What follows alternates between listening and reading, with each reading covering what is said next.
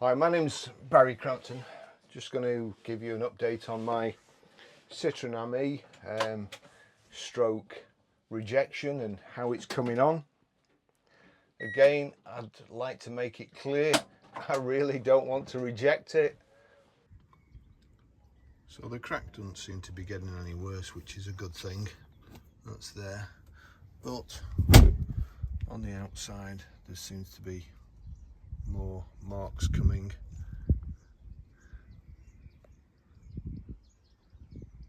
And as you can see, they all correspond to inside where the fitments are, or where it's supposed to be sandwiched. I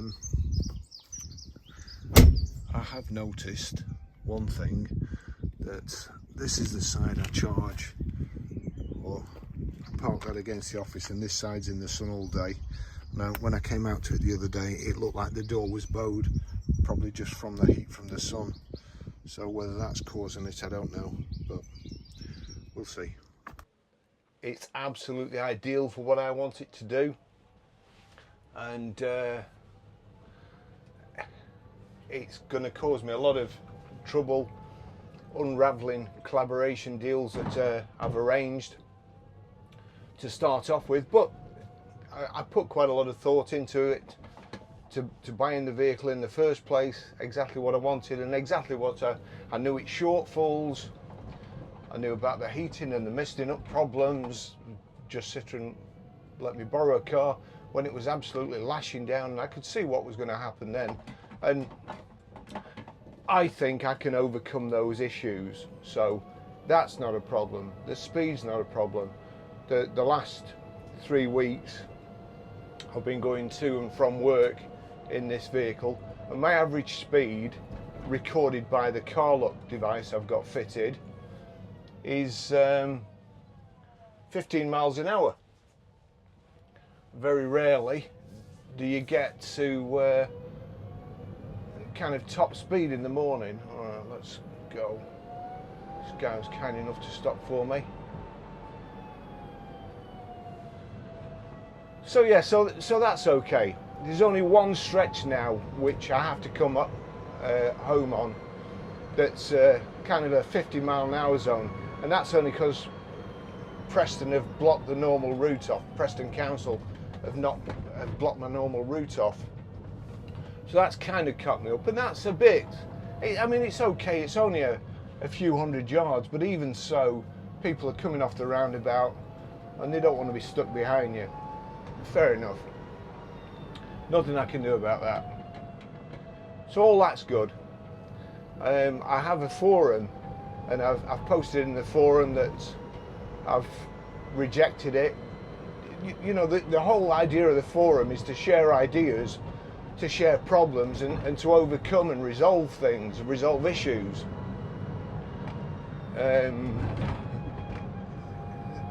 Somebody said last night, the door's cracked, as you probably know. There's stress marks on it,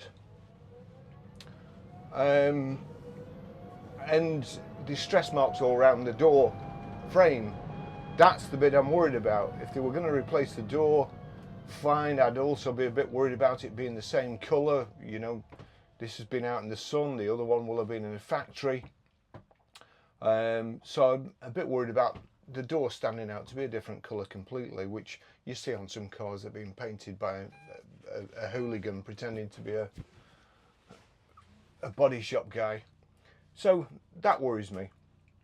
The main bit that worries me is the stress marks around the body, because if the stress marks around the body, that means a new body as well. You know, and I mean, I've just kind of invested 450 quid having it ceramic coated. Well, that's how much it would cost normally, and Lance made a really good job of it. So it's all ready. You know, it's ready for the winter. It's ready for the summer as well, and it's ideal. This chap seemed to think, for some reason. I mean, I'm always suspicious that the guy had 2 last names, and stuff like it always makes, you know, really pernickety kind of people. and he said that I'm just moaning, and that he guessed at what my rejection letter was like and thought it'd be nasty, which it wasn't. I'll put a copy on. And then he said that Citroen have answered nicely, and what did I expect them to do? Well, to be honest, when I tell them the body's cracked, I expect them to immediately arrange an inspection. That's what I expect. Because if the body's cracked, it could be the frame. I don't think it is. I've been in the car job 50 years. I can tell if there's a wheel out of balance. I can't feel anything like that on this car. I mean, to be fair, I can't feel it flexing. But as I've said, I mean, I'm even making excuses for Citroen that the roads in Preston are terrible. So I don't think I'm a glass half full kind of guy, but I think I'm entitled to expect the door not to crack. Now the Citroen team, after a week from receiving my rejection email, they contacted me to say that as it's gone past 14 days, he would escalate it to another department. Fair enough, but as far as I'm aware, and I am in the car job, but I don't like aggravation. My partner I work with, John, he don't like aggravation either. If there's any problems with one of our cars, we'll just pay it back, because we just don't, you know, we don't want the aggravation, we don't need the aggravation. So as I understand the law, this chap was, I said it's not fit for purpose and merchantable quality. He says I'm still driving around in it, which I am. But Citroen is still using my money. They've got my money, and until they agree to, for all they know, this could be my only form of transport. If there's a major problem, from my understanding with a car these days, and it occurs in the first 30 days, you're entitled to ask for your money back. And I mean, the dealer can offer to repair it, but you don't necessarily have to accept that. If you think it's a lemon and you're not happy and you think it shouldn't have happened, as far as I know, I think you're entitled to reject it. Right, now this could be difficult.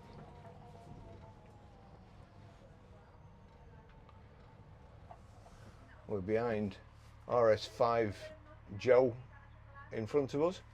So yeah, so I think I'm entitled to reject it as of merchantable quality. If Citroen examine it and prove to me there's nothing wrong with it and it's not going to happen again, I'm over the moon with the vehicle. I really am. I am not a moaner. Just as an example of me not moaning and liking classic cars, I'm a tinkerer. I like classic cars. I like doing things with stuff. Now, me and my girlfriend went on holiday to Sorrento, and I love the Alfa Romeo Spider, the Duetto. Love it. There's a firm in Sorrento, and they hired a couple of cars to Jeremy Clarkson and Richard Hammond, I think the other one was. A couple of Alfa Romeos, and I'd seen these cars driving around Sorrento, and I made inquiries, and I hired my favourite car, the Graduate car, the one that Dustin Hoffman had in the Graduate, the little red Alfa Romeo Spider. They've got just the thing. Now, when they turned up, I was looking out the window, and they were filling the radiator up outside with a bottle. And I said to my girlfriend, you know, that's not a good start. Hang on.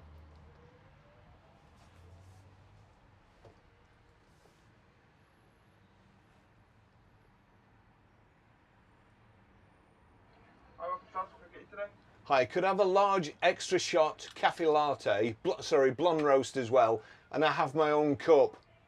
What was that, sorry? So it's an extra shot latte. Blonde roast. Blonde roast. And your own cup. I have my own cup, yeah. Yeah, no problem. Thank you. That's for you. Ta. Alright, what's next, yes, so that wasn't a good start. So anyway, we set off. Car's lovely. Synchro had gone on second. Couldn't change into second properly. It's a quirk of the car. This car's got many quirks. I think they're great. It gives them a character. I love it. It's individual. I love driving around in it. So the Alfa Romeo. So we were going down the coast, along the Amalfi Drive, and there's something like 500 bends in a manual Alfa Romeo. It doesn't get any better. It's just a bucket list day. My girlfriend looked lovely. She dressed for the occasion, and we put a GoPro on the vehicle to record the journey, and we set off. And here's me trying to, of course, I'm used to being sat over there, changing gear, left-handed, and gear sticks over here, so it's all a bit different, and the clutch pedal, it's a bit different. No problem. Absolutely loved it. 1 second, just get my Starbucks app ready. This might be a little bit difficult.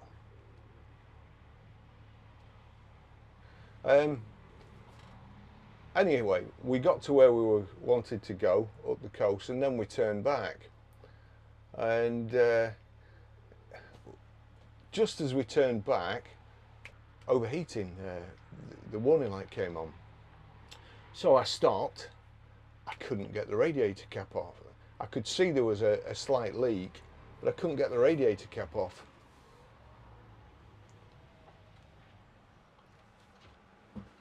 Hiya. Hi, is it a Starbucks card? Yep.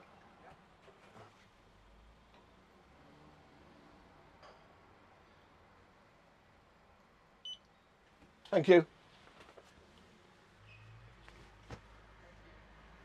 Yeah, so it's overheating.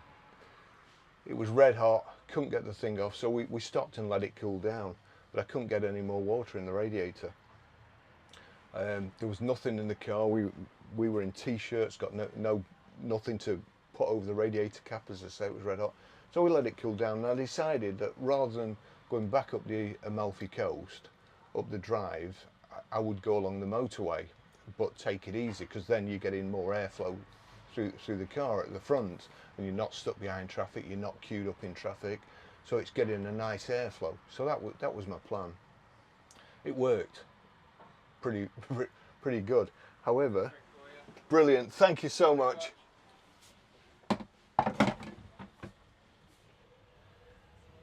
Yeah, my plan worked until we got off the motorway at the other end going into Sorrento, and there's a big queue of traffic.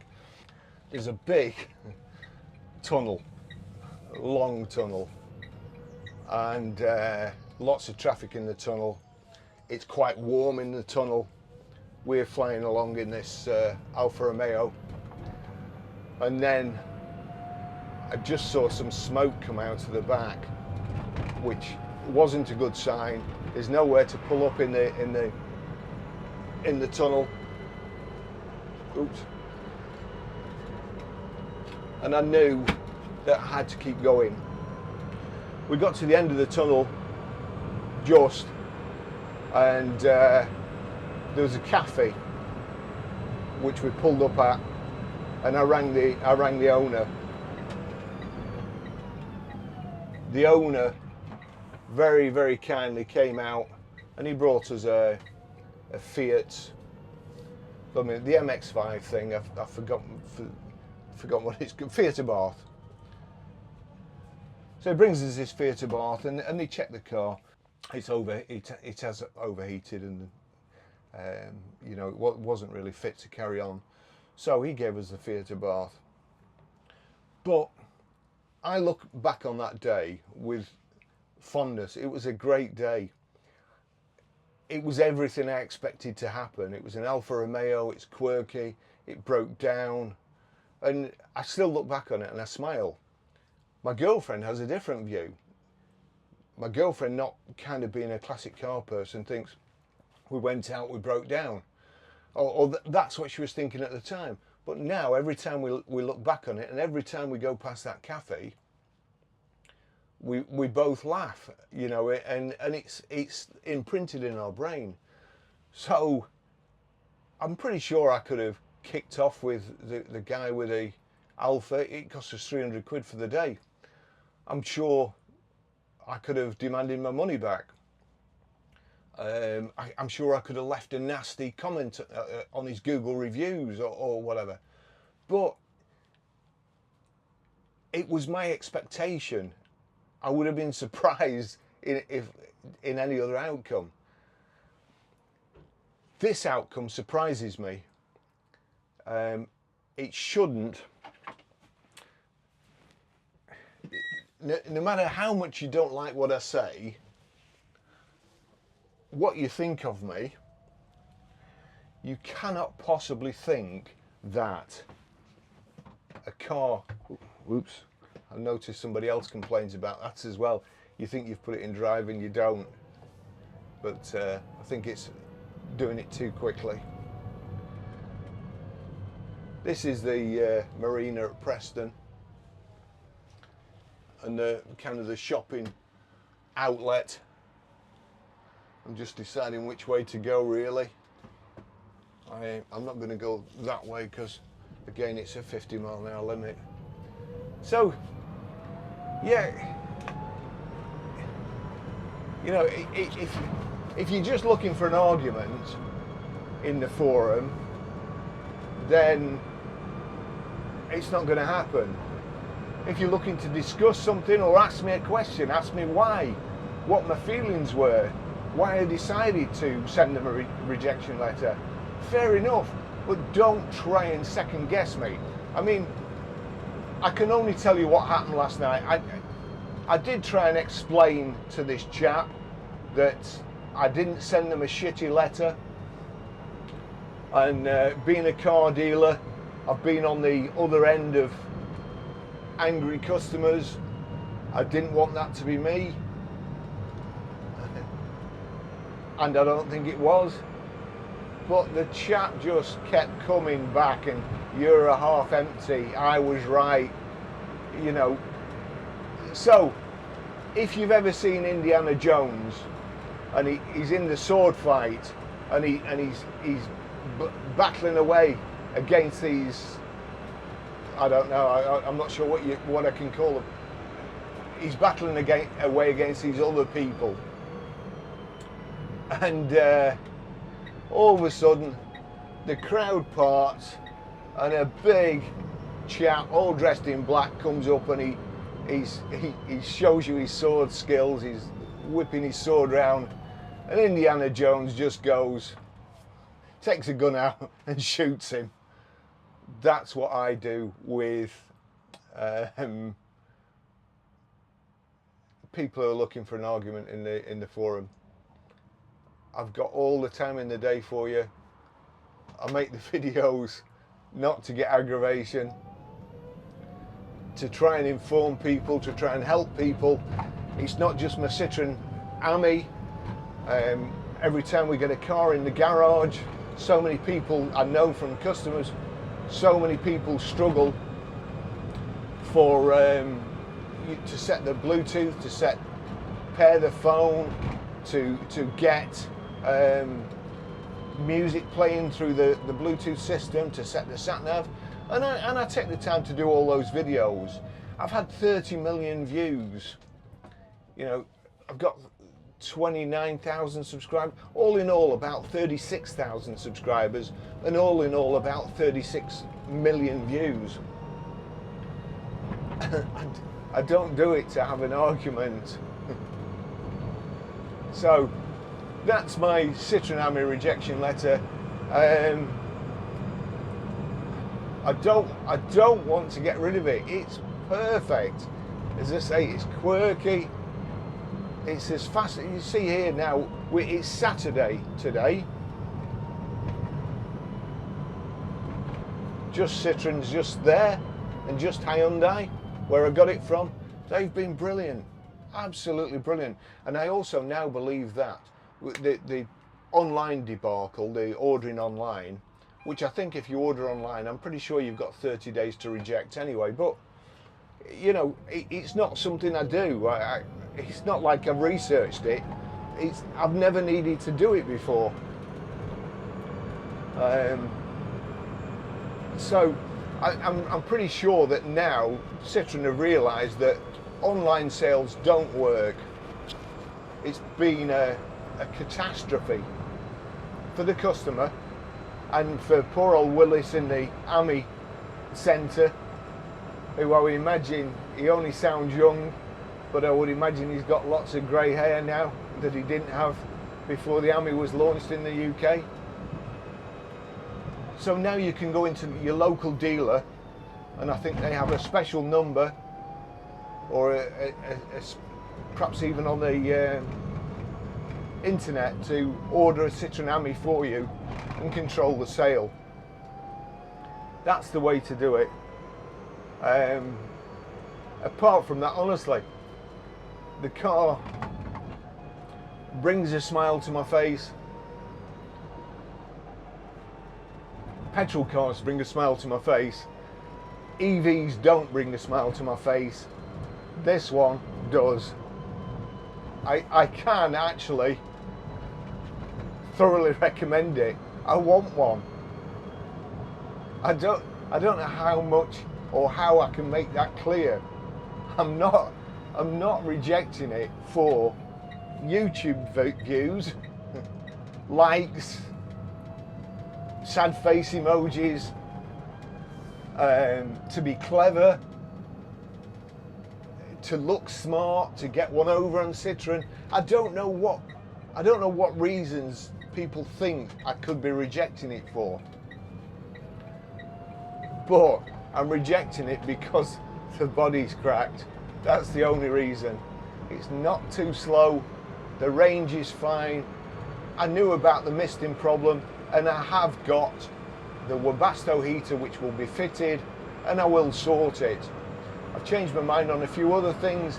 I do actually like the kind of solitude in the vehicle, as opposed to listening, you know, answering the telephone. Sometimes I'll get in the car and I use it as an office, and I'm on the phone, and quite often I'll get home, I've been on the phone all the time, then I'm sat on the car park still on the phone. Whereas in this, I just, you know, I see people smiling, I see people waving, and if anything, it cheers me up. You might not know, but it cheers me up. Yesterday, I had a chap.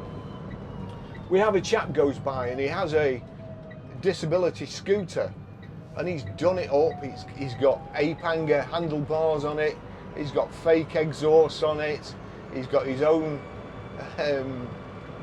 dubious number plate on it, which I'm sure is not a real one. But and I see him in all sorts of weathers, you know, snow, blooming raining, sun, and I've seen him for years, and he goes past the garage. And yesterday he called in and he asked about this car. And you know, other people say to me, oh, it only does 28 miles an hour, it's not fast enough. It's a mobile roadblock. It's not, as you can see. This chap's Motability scooter, when I told him this does 28 miles and it has a 45-mile range, and it's actually cheaper than a mobility scooter, he was well impressed. He said, oh, why? He says, this only does 8 miles an hour. I get soaked. You know, so it's all a matter of your perspective. What you're used to. If you're used to being walking in the rain or stood at a bus stop, this is luxury. If you're used to a Range Rover, it's not so much. But if you go past all that, the comfort issues, so I said I'm going to get leather seats in it. Well, I am. One thing about it is the comfort. Seats aren't very comfortable. They're okay for a short journey, but why pick on me if I want leather seats? Why should somebody else tell me what I should do and what I should put in it? I just don't get it. I don't get it at all. Why do people think they can control you. Anyway, this is the main road through Preston. As I say, it's Saturday. You'll see there that taxi just cut across all us who have right of way. That's what you get. Young lady there laughing. She's in a Volkswagen convertible. She's looking and having a laugh at the car.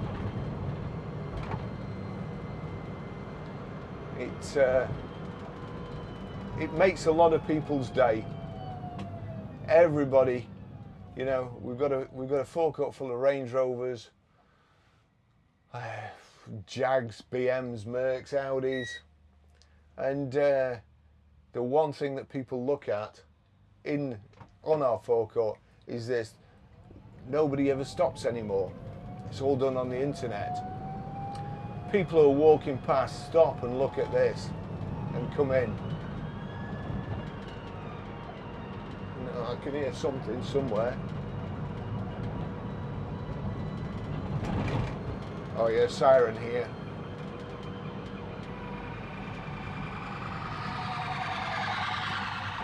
Folk.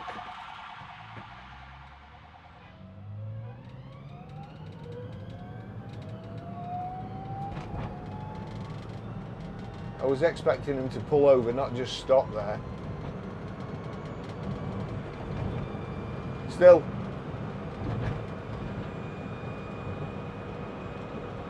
I don't think my expectations on the human race could be any lower at the moment.